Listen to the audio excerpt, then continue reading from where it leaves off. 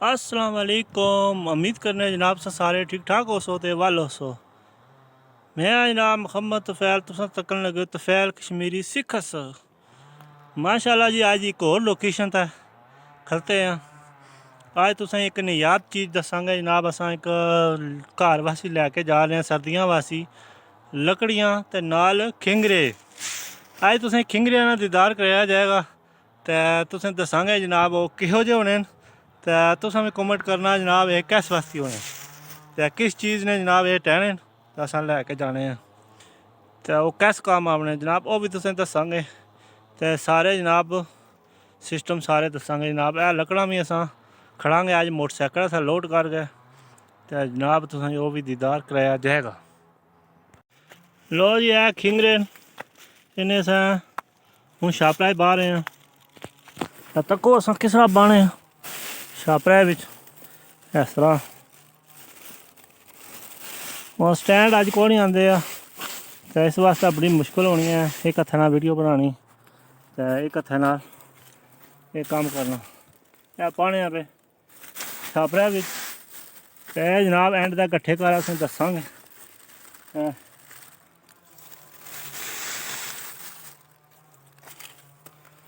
पा रहे हैं जनाब छापरा भी तको इधर जनाब सोहना जहा व्यू है तको कितना सोहना लग रहा कश्मीर ना।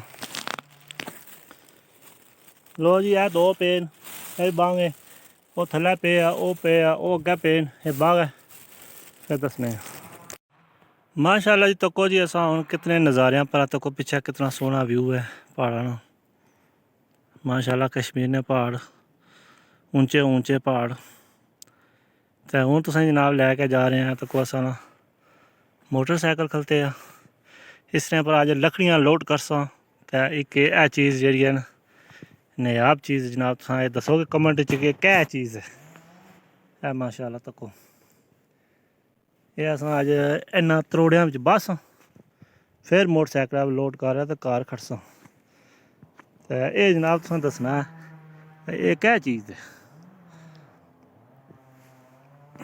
इधर अस लकड़ियां कट्ठियां कीतियां है तको ये भी जनाब लैके जासा तो होर जनाब इधर व्यू करा सड़क है ना।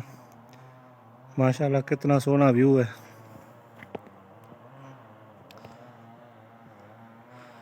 माशाल्लाह बहुत प्यारा व्यू है। तो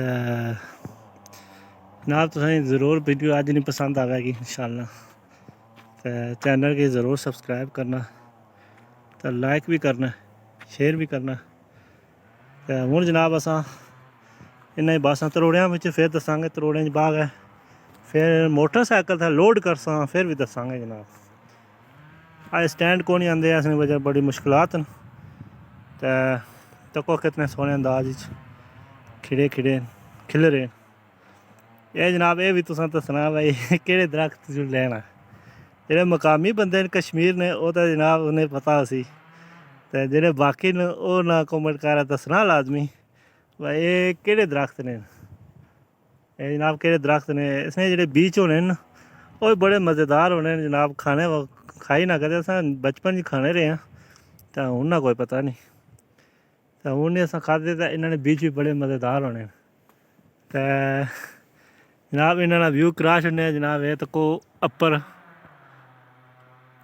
ए तको लगे ये टहने थल्लै अपने आप टहने जनाब तो फिर जनाब अस थल्ले सी चुन त्रोड़े बाने घर लै जने तो फिर जनाब ये अग बालने ने काम आने घर जेह्ड़ा ना सर्दियां च अस अग शग बालने इधर सर्दी ज़्यादा होनी है इस वजह तो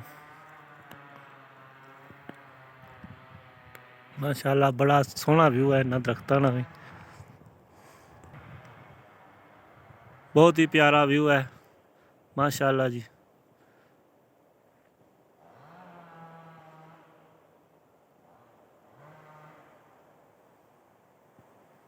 ए जनाब ए चीज़ां अस कट्ठियां कीतियां तो त्रोड़े बस तो फिर दसांगे जनाब।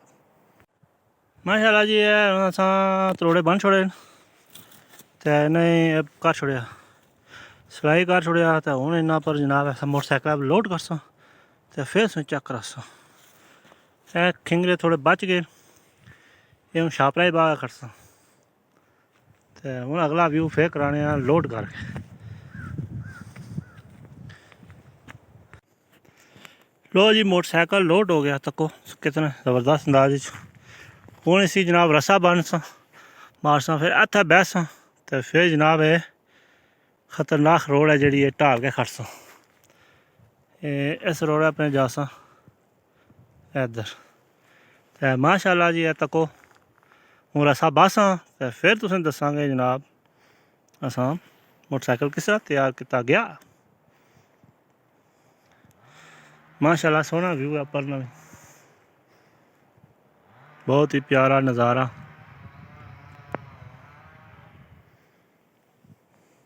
तो जी असां रस्सा बाहर छोड़िया, तो जेह्ड़े थोड़े जे बच्चे सन छापरा बांध दे, तो हूँ जनाब फिल्में एंड असां घर जा गए। तो हूँ जनाब असां चाबी लाने मोटरसाइकिल की।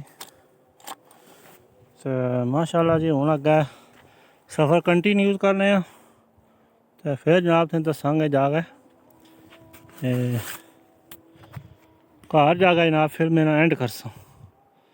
तो माशाअल्लाह तकने हूँ कितना आसानी मोटरसाइकिल लै जाना या नहीं खड़ना, ये हूँ हरा जी पता लगसी। तो माशाअल्लाह है हूँ असां लोड किया, तो हूँ लैके जा रहे।